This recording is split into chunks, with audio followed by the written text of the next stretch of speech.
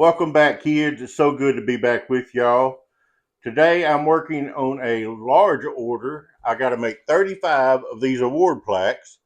I got to have 16 that are 12 inches high like this one, and then so many 10-inch high and 8-inch high. I've been working on this for about 4 days, so I'm about halfway through the 12-inch ones here. So anyway, I'm going to show you right quick kind of how I got started on this process. And then I'm going to show you some stuff over here on VCarve Pro. I'll show you how I'm doing this. So I'll start out showing you my material that I'm working with. This is all Eastern Red Cedar, Arkansas grown, just like I always use. I have some 6-foot #2 grades and some 8-foot #1 grade. And I'm trying to use all of the #2s that I can before I start on those 8s. But anyway, all I do is I get a board, pick out 32 good inches on any one board, and bring it over here and cut it to size. Bring it over here, plane it, and sand it. And after I joint the edges with my table saw, I use my Festool Domino to join them together, and this is my panel.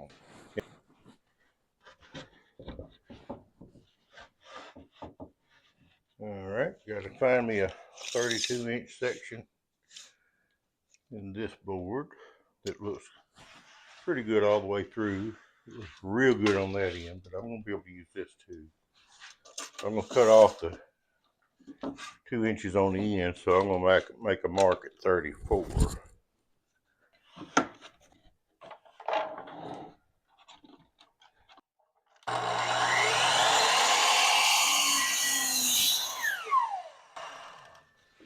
Set this one back to the side for a little bit. All right. I'm going to cut this end off 2 inches.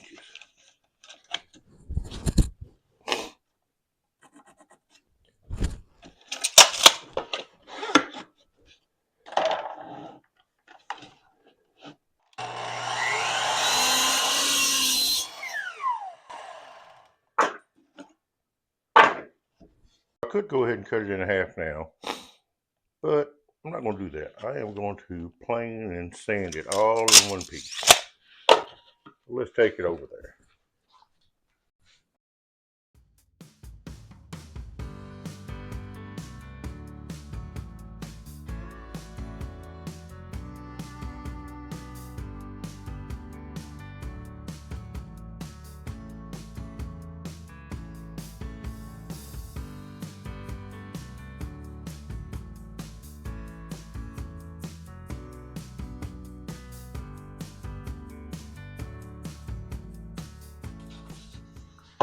All right, there you're off. Right there. I'm just going to cut it in half, and then we'll have to joint the edges on the table saw, and then it'll be time for the Festool Domino.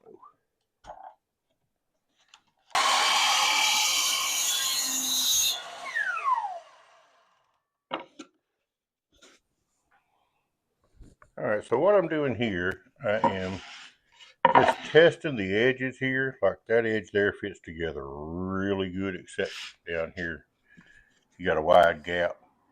I can easily remove that with my table saw, but I can also try different orientations, and what I'm looking at is the color and the grain.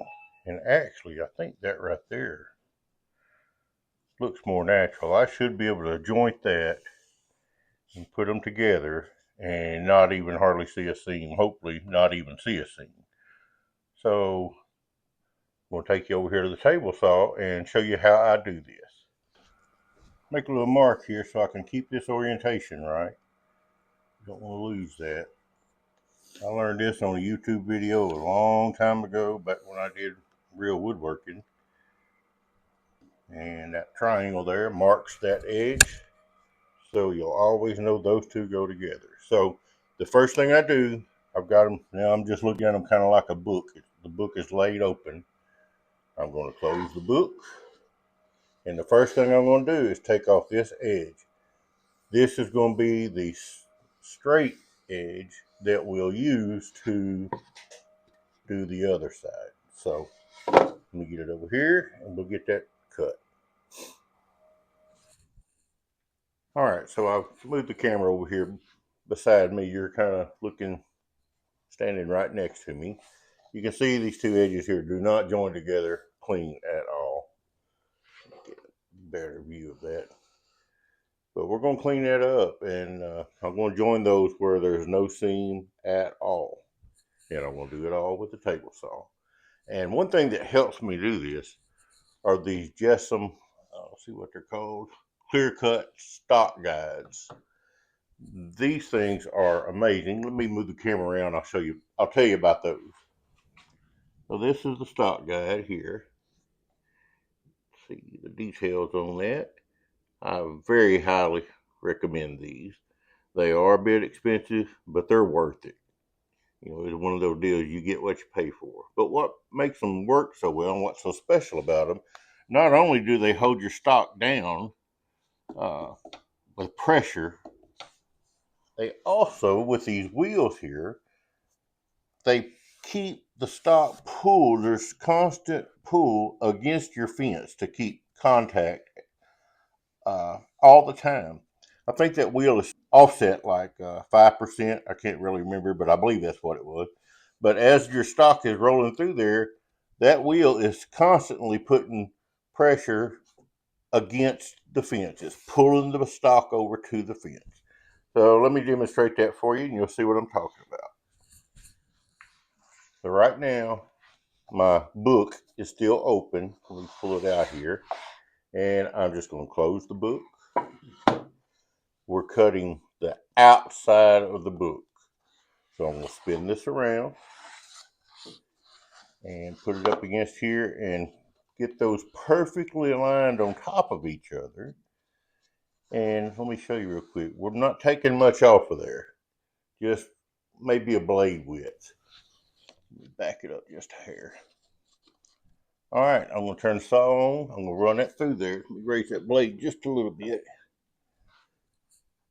And that'll be the first cut. This is just establishing the straight edge, so when we do the side the edge that really matters, we're going to be able to get a perfectly straight edge, because it's going to register off of this side when we do that. So here we go.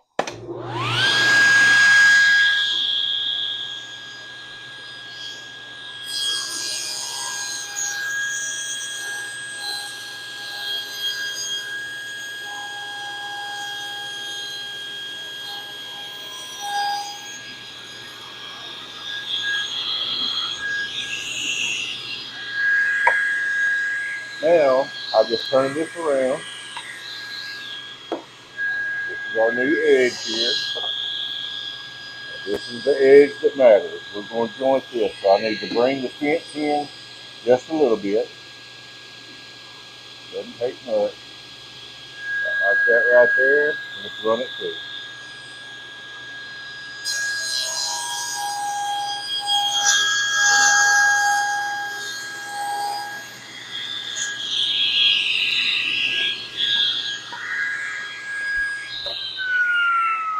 All right.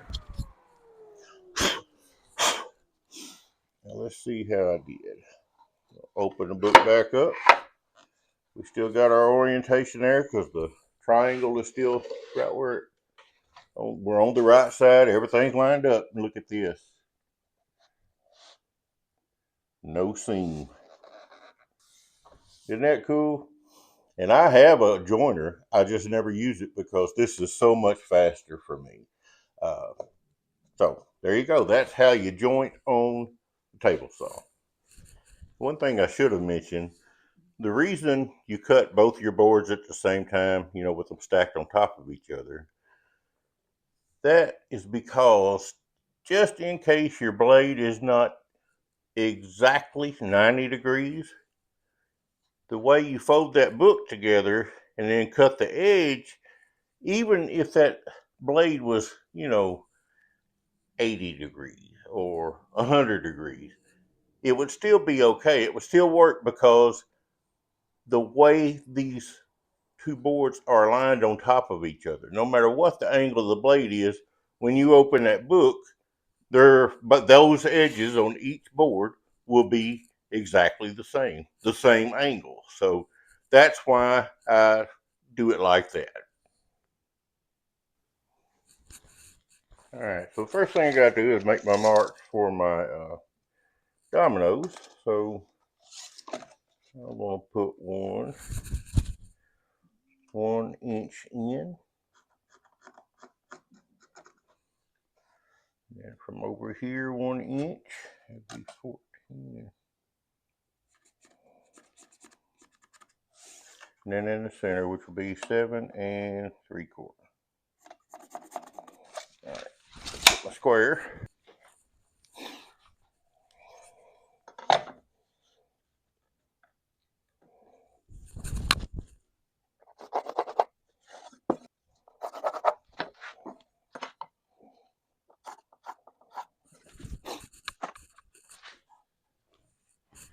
All right, then I'm going to turn this one towards me, right there. I'm going to cut those domino slots. Move you over here.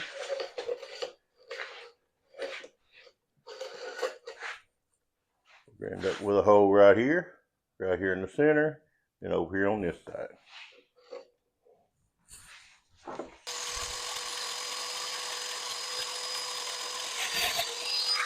You know?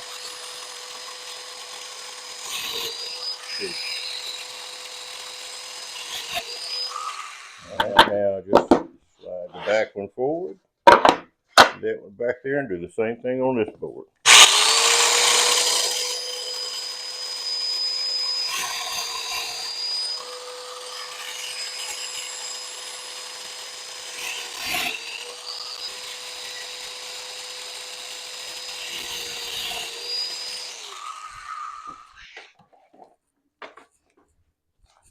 All right, now turn this one back around, move the fence out of the way, and let me get set up to do the glue. All right, I got my board set up here. I've got them jointed, got the Festool Domino holes cut in there. It's time to glue up. I'm using Titebond 2 glue, because these will be indoor signs. If they were going to be exclusively outdoor signs, I'd be using Titebond 3. Here I'm using my very expensive glue applicator there. You can't even get that thing on Amazon. And now I'm just putting the dominoes into the holes there that we cut earlier.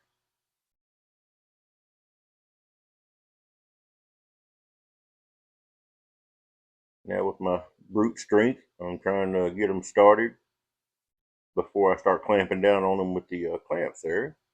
And you'll notice the one next to me wasn't moving, so it had gotten out of line a little bit, so I just tapped it in place with the hammer and the flathead screwdriver. No problem.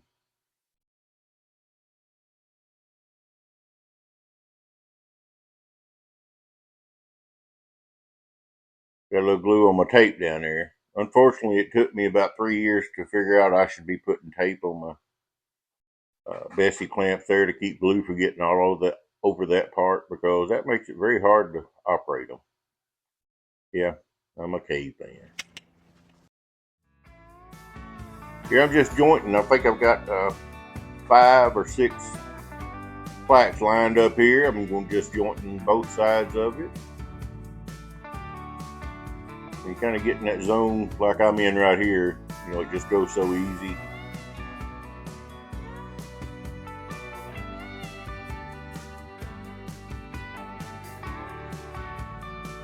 Alright, now I think that's the last one right there. Yep, right back to the Festool Domino, cutting holes and getting ready to glue those up. Hey, y'all give me a like right quick if you haven't already. I'd sure appreciate that. Also, if you haven't subscribed yet, this would be the perfect time to do that. No, seriously, like and subscribe right now. If y'all don't have one of these silicone mats, you need to get one. I have them and lots of other tools listed in my Amazon storefront, link below. So this time I'm trying something a little bit different to keep my workpiece elevated above the spool board here. I don't want to cut into my spool board, and I've got to cut through this board. So I just took a 6x40 Festool Domino. I think these are made out of beech. They're pretty hard. And I drilled a hole in each end of it, fairly close to the edge there. And then I cut it in half, and it left me with two of these. And you can see this hole there is off centered, and that was on purpose.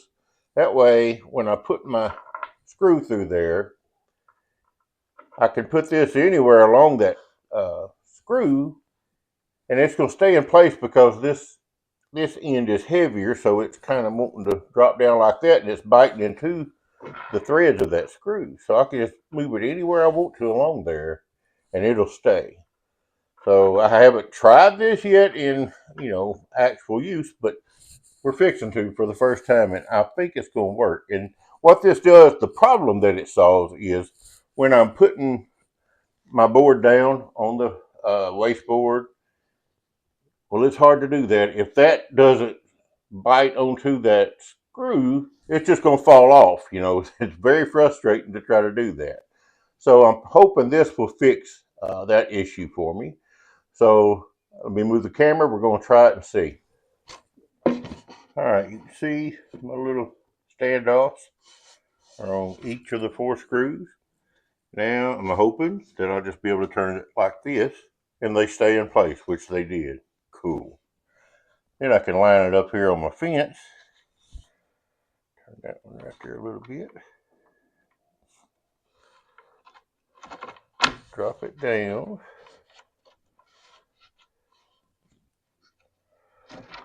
There we go. There we go. And I should still.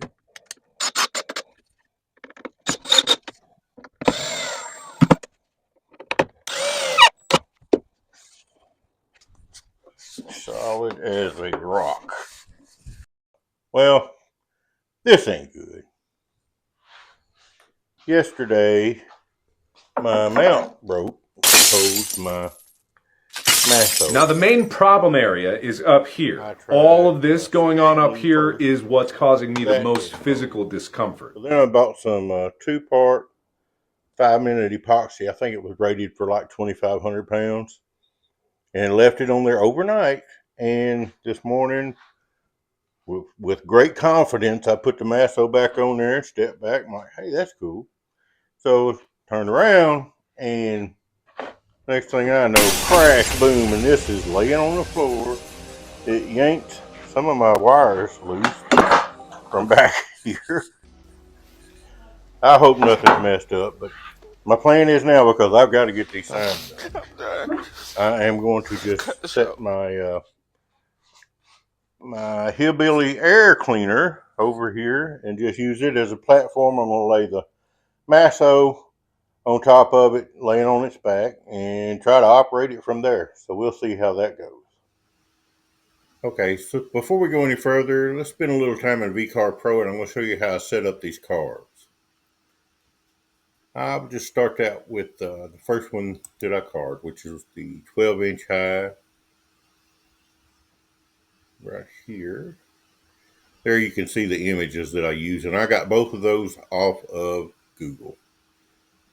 And then I just imported them into VCarve Pro and did a bitmap trace on them like that. And let me just go down here. Preview, apply, close, and then you have your vector here. And in this particular case, it comes, it shows up as 2 of those, 2 lines. I didn't need both of those, so I just ungrouped and I deleted the interior one. So I deleted that, and there's my shape of Arkansas. Of course, I just move it over here, and then I start adding my text and the image within the state of Arkansas. So it was really a very simple design. There's nothing complicated about it at all. But what I did want to discuss with you is when you're doing something like this, which doesn't happen for me very often, but there were 35 of these signs. 16 of the 12-inch, 6 of the 10-inch, and 13 of the 8-inch high. Well, I wanted to keep the look consistent between all three sizes, so in order to do so, when I finished these 12-inch high ones, when I finished these, all I did was just highlight everything, and then I resized it. So right now, you can see right here, this one is 12 inches high. Well, I needed 10-inch high next, so I just put in 10, clicked apply, and then that just shrinks everything down and keeps it in proportion. So then I went with that, and the only thing that changed through any of these signs is this bottom line of text here. Each one of those was different, but everything from the busted skeet and all this text up here stayed the same, so that made it a little simpler too. So anyway, but when you do that, when you shrink down a design like this, you have to be aware that you may need to change the bits that you're using.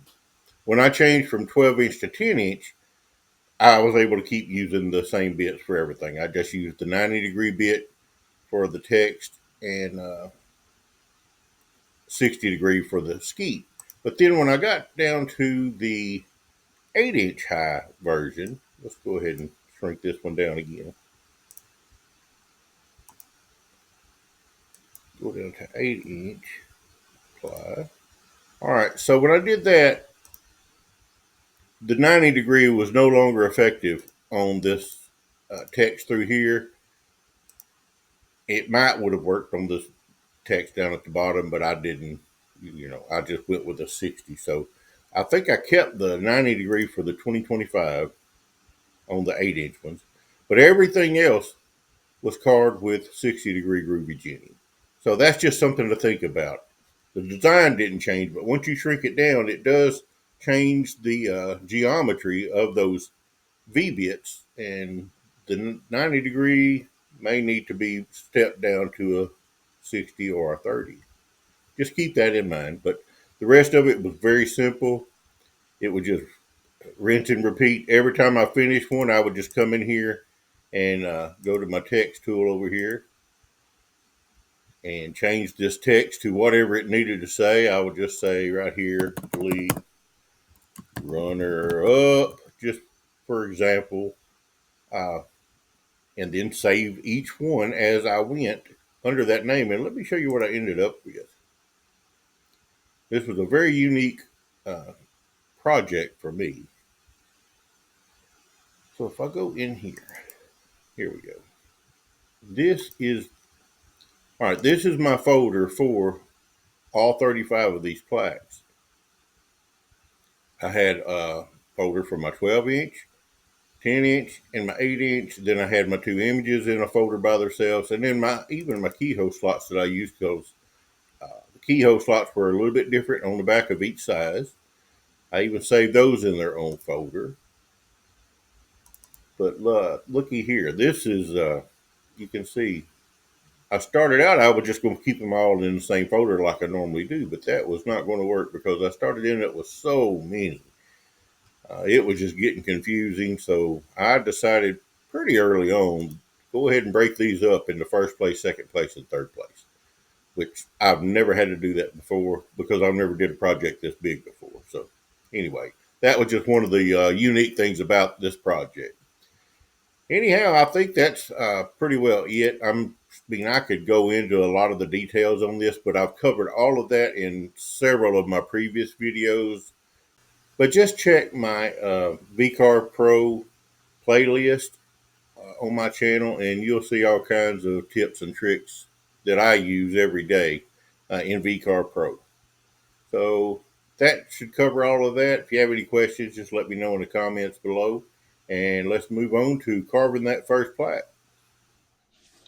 All right, I have got the Masso where it's going to live temporarily until my new mount comes in.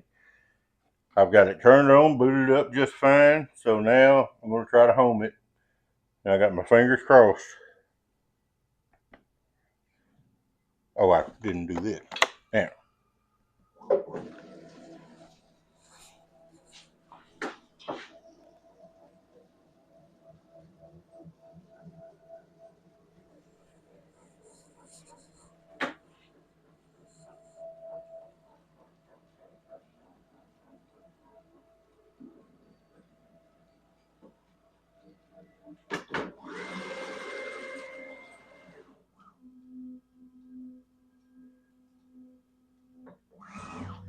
Set the Z. Hang it on there.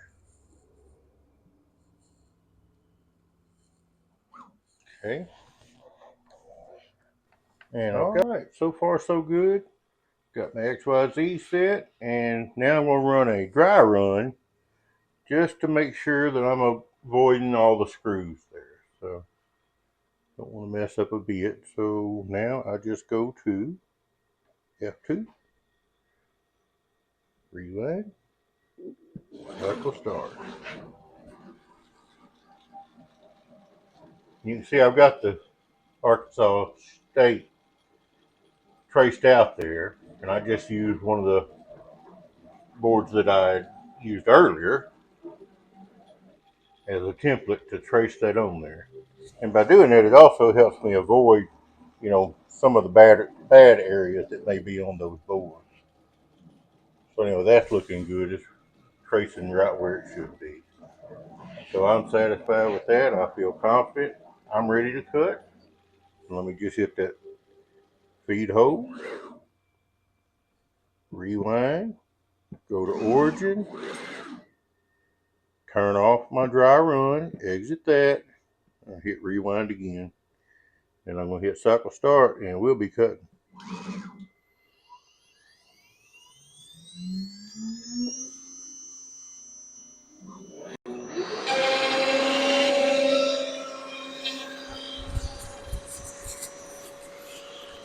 Oh, not touching up there.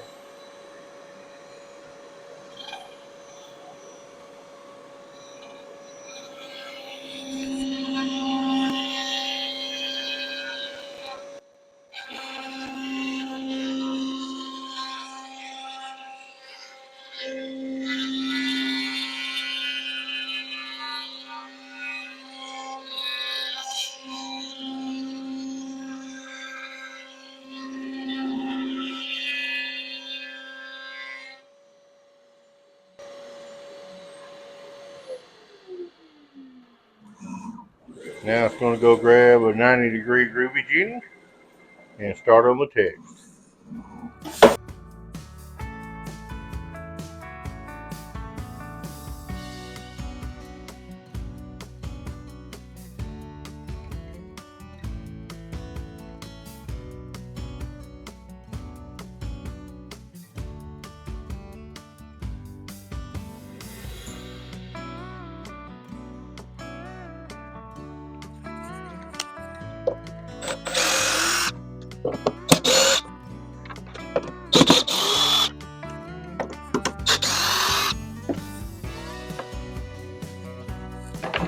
And my Festool Domino's trick is working like a champ.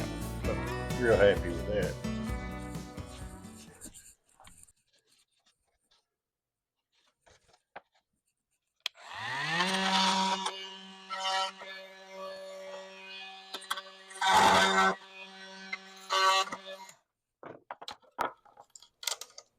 A little onion skin on the back of there. But I'll show you how to get rid of that real quick. Alright, you can see the onion skin there. All you gotta do is hit that with your sander. I've got 80 grit in here. Watch this.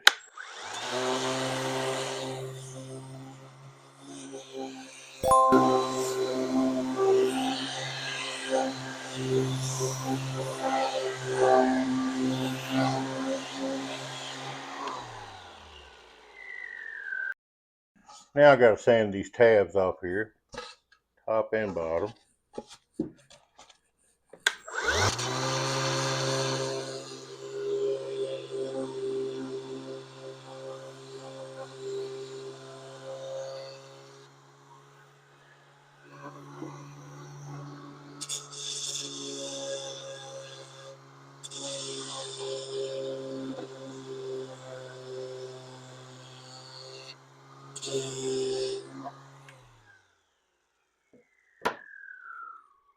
Alright, looks like I got one little bad place here I need to fill with some wood filler, and we'll be ready to get going on this thing. I'm just using this Ace Natural Color wood filler. Good stuff. little dab on there. Push it in there real good.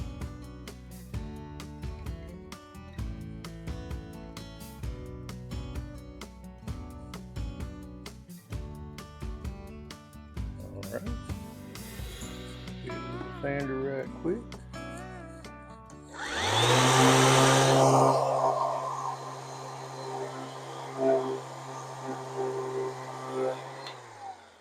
And boom. You'd never know there was a hole there. And I love this stuff because it pretty well matches the little highlights in the cedar. Most times it looks great on these cedar boards. Eastern red cedar, Arkansas grown, by the way. I'm going to go ahead and cut the keyhole slots in the back while I'm waiting on the wood filler to dry. Just can go over and pick up the keyhole slot bit. And I'm just going to measure it, and then I'm going to have to set my Z.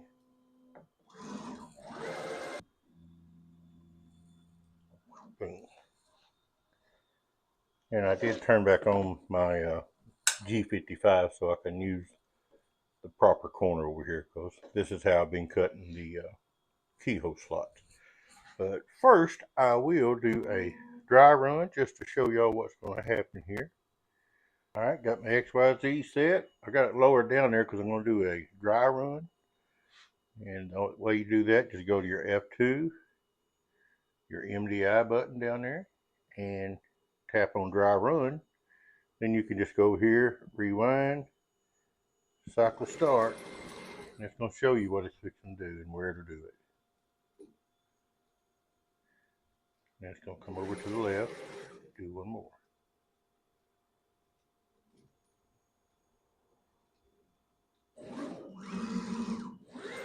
How cool is that? Now I know I'm ready to cut them.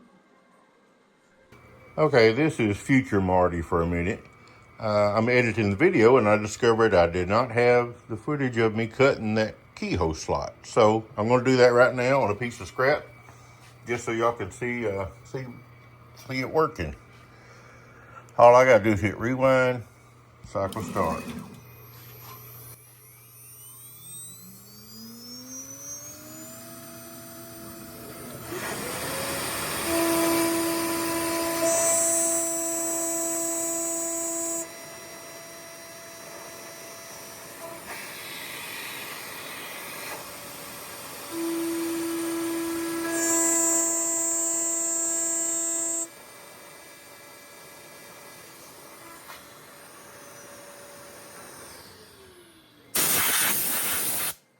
That's all there is to it. Clean as a whistle. Alright, it's the next day. Still got my Masso laying on his back. And I'm ready to carve the final 16-inch sign. This is all the first place plaques. So I've got everything set, X, Y, Z, file loaded up, rewind, cycle start.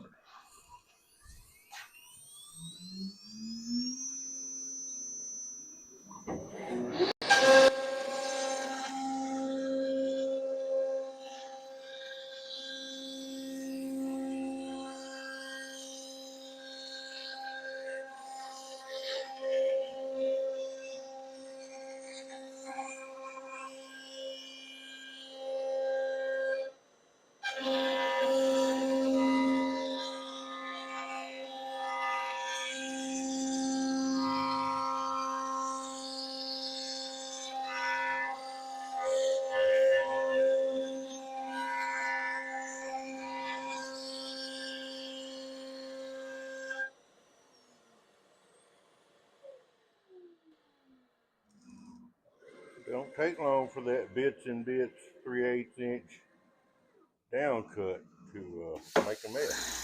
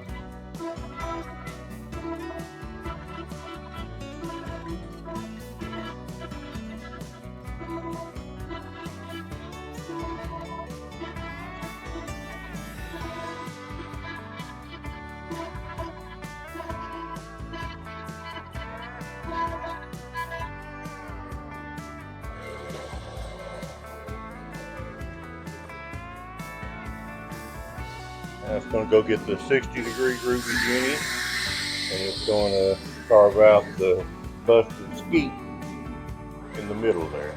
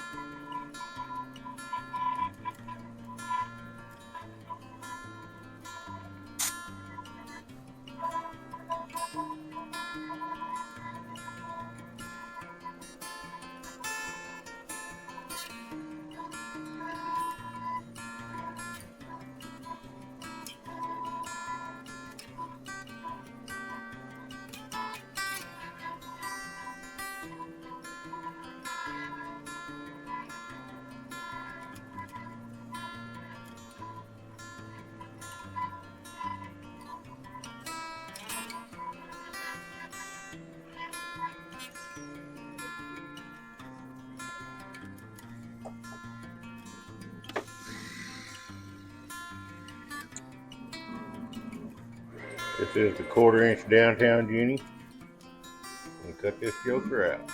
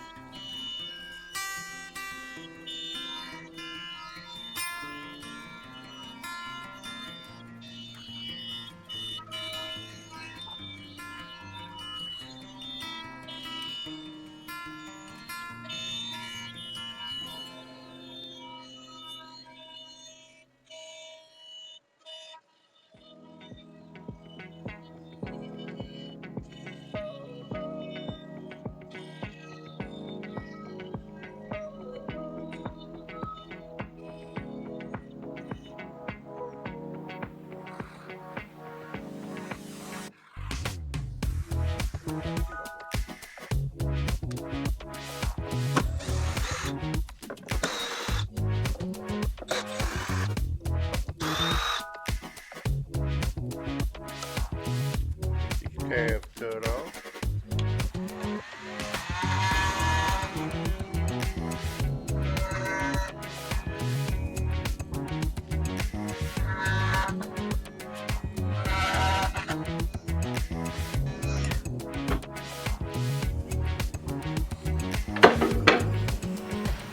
Take it over there, stand off the tab, give it a light sand in front and back. Here's one that I carved and painted last night.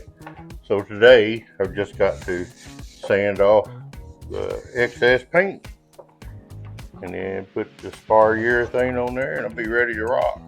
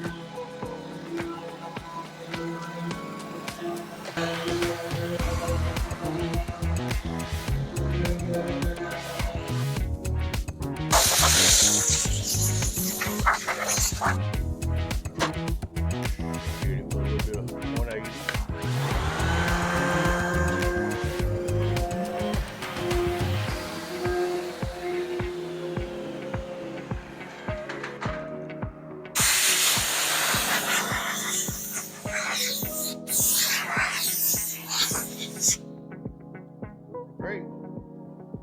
This is pretty cool. The progression of getting it from one stage to the next. And there you go. I think that's pretty neat.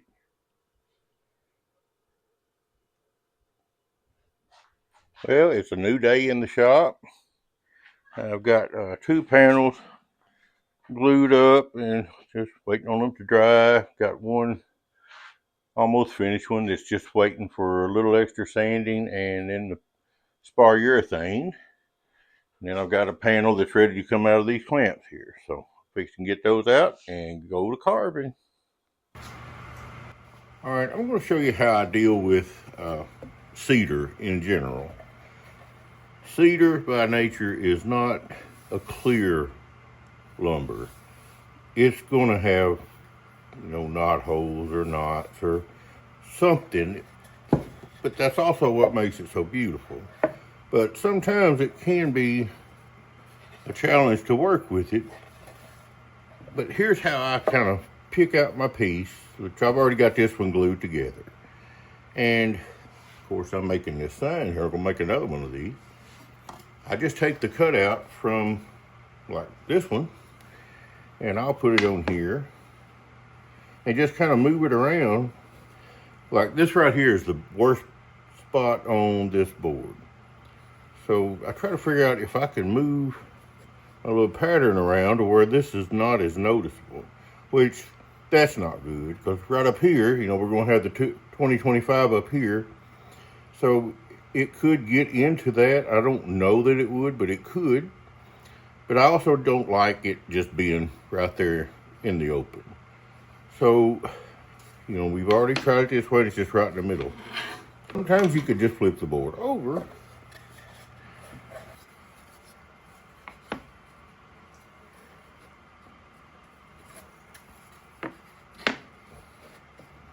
All right, this is down here, back to where there's no design, no text or anything here. And I hate that it's, that far inside of the border, but you also got to consider that this is cut, a 1/4 inch out past where the actual sign is going to be. So this is the board that this one was cut out of. And you can see how far inside all the way around it. That's a 1/4 inch at least. So if I look at it like that, kind of flip it up here, I think it shows that part of that knot is going to be hidden or absorbed by the border, black border here, and the rest of it will just be right up in here. And I think I'm going to be able to live with that. So we're going to go with that. I'm going to then, let me get my pencil. I'm going to trace it out right here because I know this is where I want it. If I don't do this, I'll forget in 60 seconds which side I was using.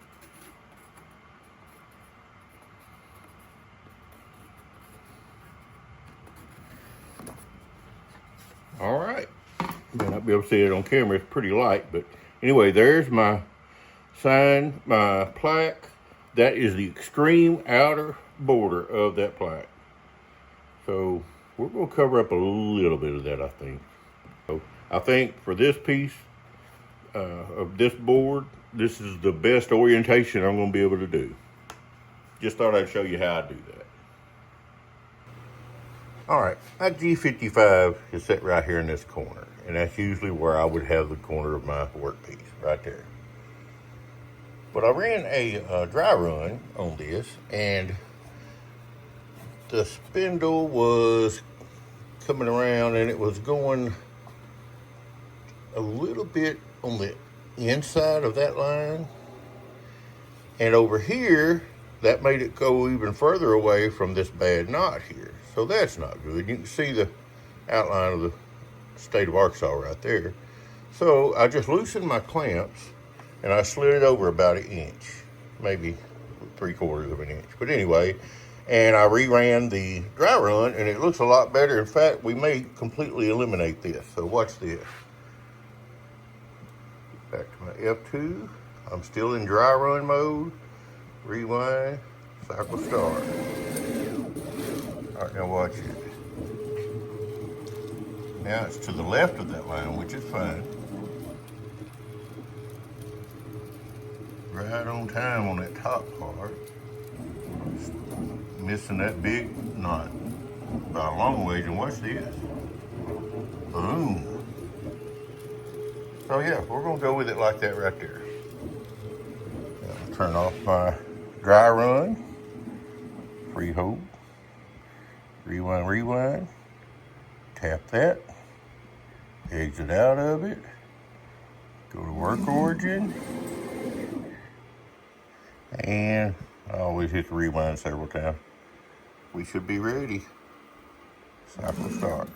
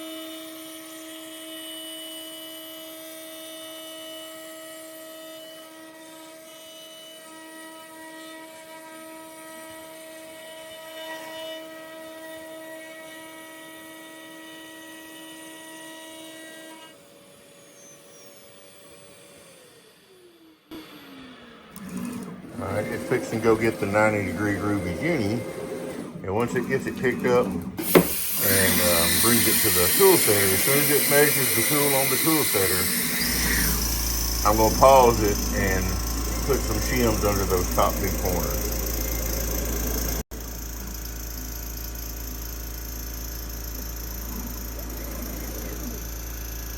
Well, almost way too late, but anyway. All right, let me get the shims in there.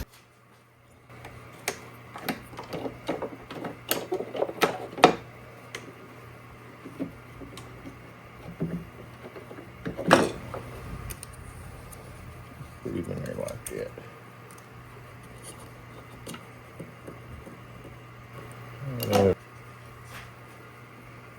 Put that piece of that domino in there. Slide it back under there. Clamp right on top of the domino.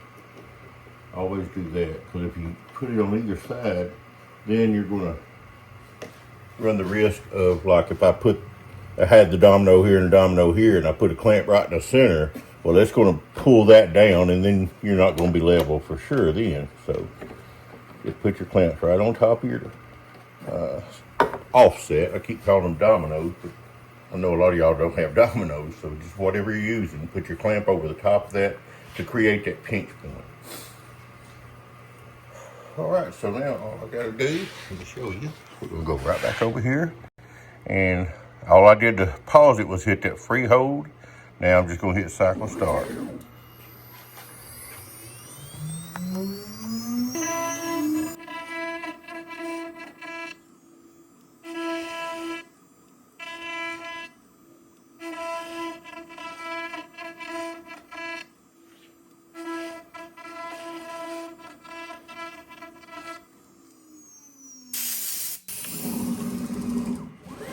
Never get tired of watching that ATC do its thing.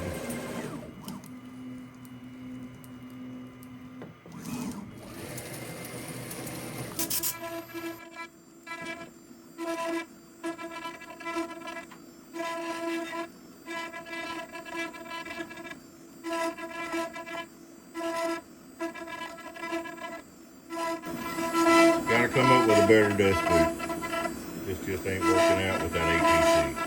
This is the Home CNC V3, and the best, this is my most favorite dust boot I've ever had until I got the ATC. And I have tried 3-inch brushes in here. That doesn't help. And for me, my criteria, the main thing is I want to have an open front, or at least the option to have an open front like this one. You know, I have the brush here. I can put it on front of there and it'll pick up better, but then y'all can't see what's going on. So I just normally don't use the brush unless I'm just in here not making a video.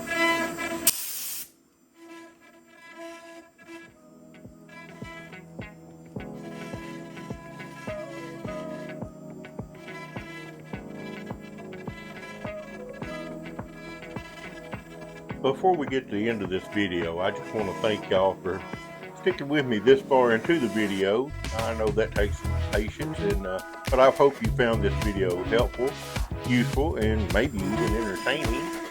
And if you have, please give me a like. If you haven't already, please subscribe. And if you haven't become a member yet, now is the perfect time to do that. Just click that join button down below, simple as it can be, and you'll help support this channel.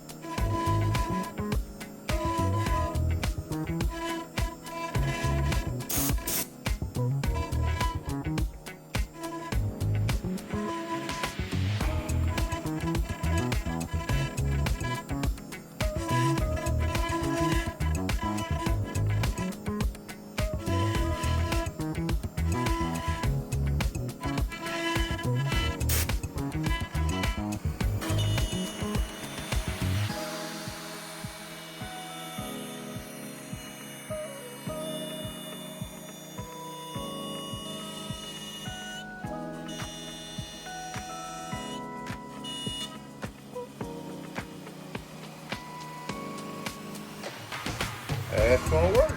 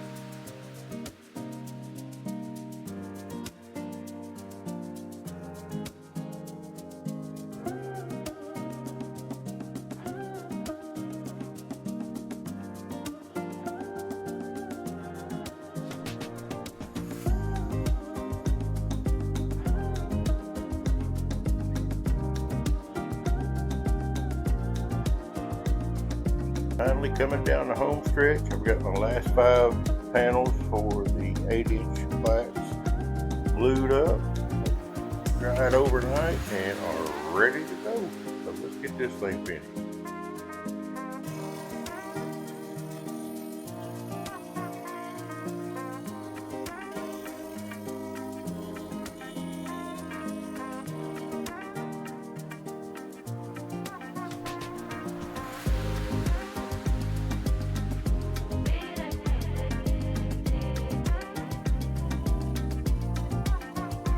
Just want to take a second to show y'all the difference that the second coat of spar urethane makes on this cedar.